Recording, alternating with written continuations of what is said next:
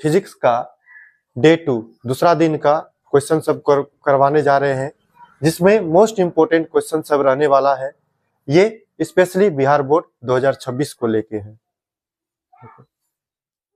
पहला क्वेश्चन है, प्रकाश का परावर्तन किसे कहते हैं?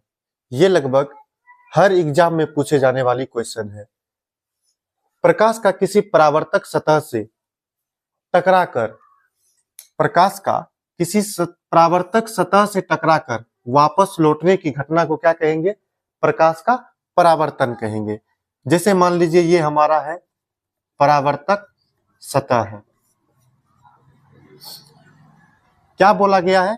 प्रकाश का, मान लीजिए कोई प्रकाश इस परावर्तक सतह से टकराती है और टकराकर वापस लौटने की घटना को, इस जगह जो टकराया है टकराकर वापस लौट रही है, इसी घटना को क्या कहेंगे? प्रकाश का परावर्तन कहेंगे। इस घटना को क्या कहेंगे? प्रकाश का परावर्तन कहेंगे।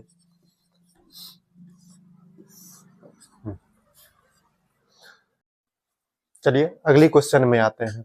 अगला क्वेश्चन है, आपतित किरण किसे कहते हैं?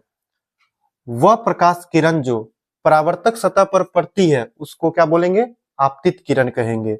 हमारा ये परावर्तक सतह है, इस पर प्रकाश पड़ने वाली किरण को, इसको क्या कहेंगे? आपतित किरण कहेंगे।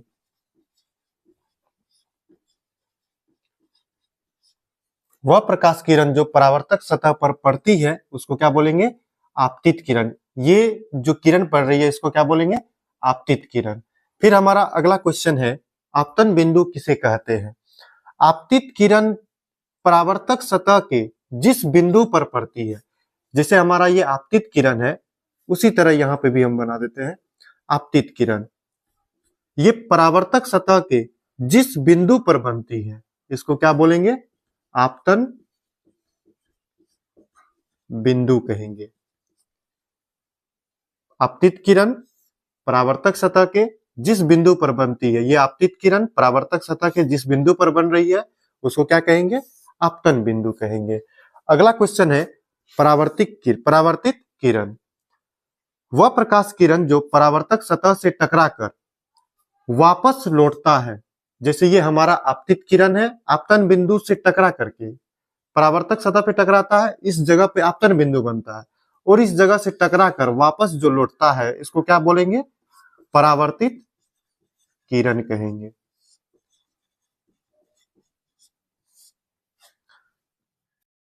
चलिए फिर अगला क्वेश्चन की ओर बढ़ते हैं।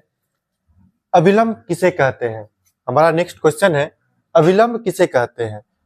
इसका हमने दो दो परिभाषा दिया है, आपको जो अच्छा लगे वो लिख सकते हैं, जरूरी नहीं है कि ये भी लिखना है, आप जो अच्छा लगे वो लिख सकते हैं।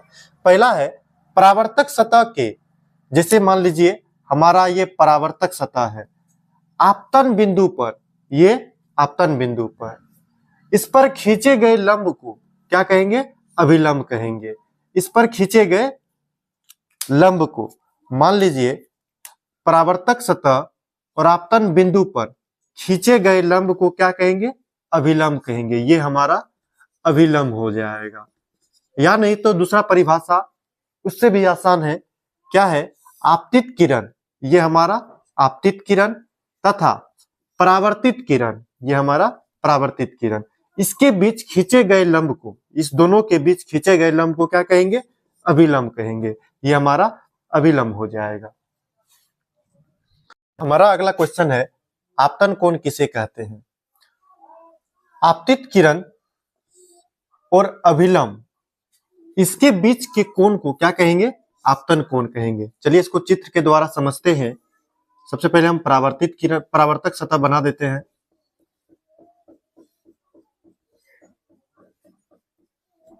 और क्या बोला गया है? आपतित किरण, ये हमारा आपतित किरण है।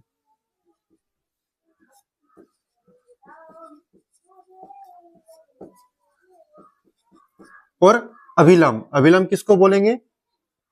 आपतन बिंदु पर खींचे गए लंब को अभिलंब कहते हैं। तो इसके बीच के बने कोण को क्या कहेंगे? आपतन कोण कहेंगे। इसको हम लिख सकते हैं, आपतन कोण को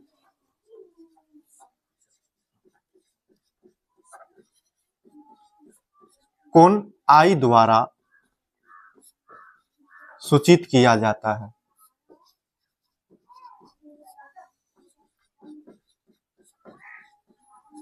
यहां पे क्या हो जाएगा, कोण I।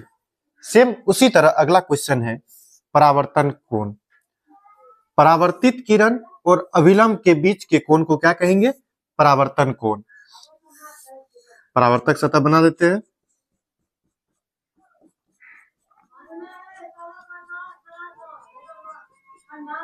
ये हमारा अभिलंब हो गया और ये परावर्तित किरण। इसके बीच में जो बना कोण है इसको क्या बोलेंगे, परावर्तन कोण कहेंगे। और यहां पे क्या हो जाएगा, आपतन कोण। चलिए परावर्तन कोण। अब परावर्तन कोण को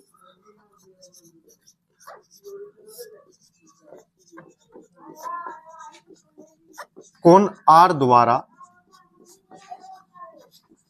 सूचित किया जाता है। यहां पे हम कोण R लिख सकते हैं। चलिए अगली क्वेश्चन की ओर बढ़ते हैं। यह बिहार बोर्ड का सबसे मोस्ट इंपोर्टेंट क्वेश्चन में से एक है। प्रकाश के परावर्तन के कितने नियम है, इसको लिखना है। प्रकाश के परावर्तन के दो नियम है। पहला है आपतित किरण, परावर्तित किरण और आपतन बिंदु पर खींचा गया अभिलंब तीनों एक ही समतल पर होता है। इसको एक चित्र के माध्यम से हम देखते हैं। ये हमारा परावर्तक सतह है, ये आपतित किरण, परावर्तित किरण। इस पे हम अभिलंब डाल देते हैं, नाम इसका लिख देते हैं। यह है आपतित किरण, परावर्तित किरण, ये अभिलंब और ये आपतन बिंदु। क्या बोला गया है, आपतित किरण, परावर्तित किरण और आपतन बिंदु पर खींचा गया अभिलंब, इस पर खींचा गया अभिलंब तीनों जो होता है एक ही समतल में होता है। तीनों क्या है, एक ही समतल पर है। ठीक है। और दूसरा क्या है, आपतन कोण और परावर्तन कोण हमेशा बराबर होता है। हमारा ये कोण और ये कोण दोनों क्या होगा, आपस में बराबर होगा। इस कोण को कोण I लिखे थे और इस कोण को कोण R, तो यहां पर लिख सकते हैं कोण I बराबर कोण R। ये हमारा प्रकाश के परावर्तन का नियम है। आपतन कोण और परावर्तन कोण में क्या संबंध होता है, इसके बारे में लिखना है। जैसे कि अभी हम लोग इससे पहले वाला क्वेश्चन में हम लोगों ने समझा कि आपतन कोण और परावर्तन कोण हमेशा बराबर होता है, तो इसको लिख सकते हैं कोण I बराबर कोण R। आपतन कोण और परावर्तन कोण हमेशा बराबर होता है। यही क्वेश्चन से रिलेटेड अगला क्वेश्चन जो एग्जाम में पूछे जाते हैं, यदि आपतन कोण का मान 55 डिग्री है, आपतन कोण का मान 55 डिग्री है, तो परावर्तन कोण का मान ज्ञात करना है। ये आपतन कोण है, इसका मान 55 डिग्री है, तो हमको परावर्तन कोण का मान ज्ञात करना है। तो हम जानते हैं कि आपतन कोण बराबर परावर्तन कोण, और आपतन कोण को कोण I लिख सकते हैं, परावर्तन कोण को कोण R लिख सकते हैं। कोण I का मान कितना दिया हुआ है, 55 डिग्री, तो कोण R बराबर कितना हो जाएगा, 55 डिग्री। अर्थात जितना आपतन कोण का मान होगा उतना ही परावर्तन कोण का मान होगा। तो अर्थात परावर्तन कोण का मान कितना हो जाएगा, 55 डिग्री।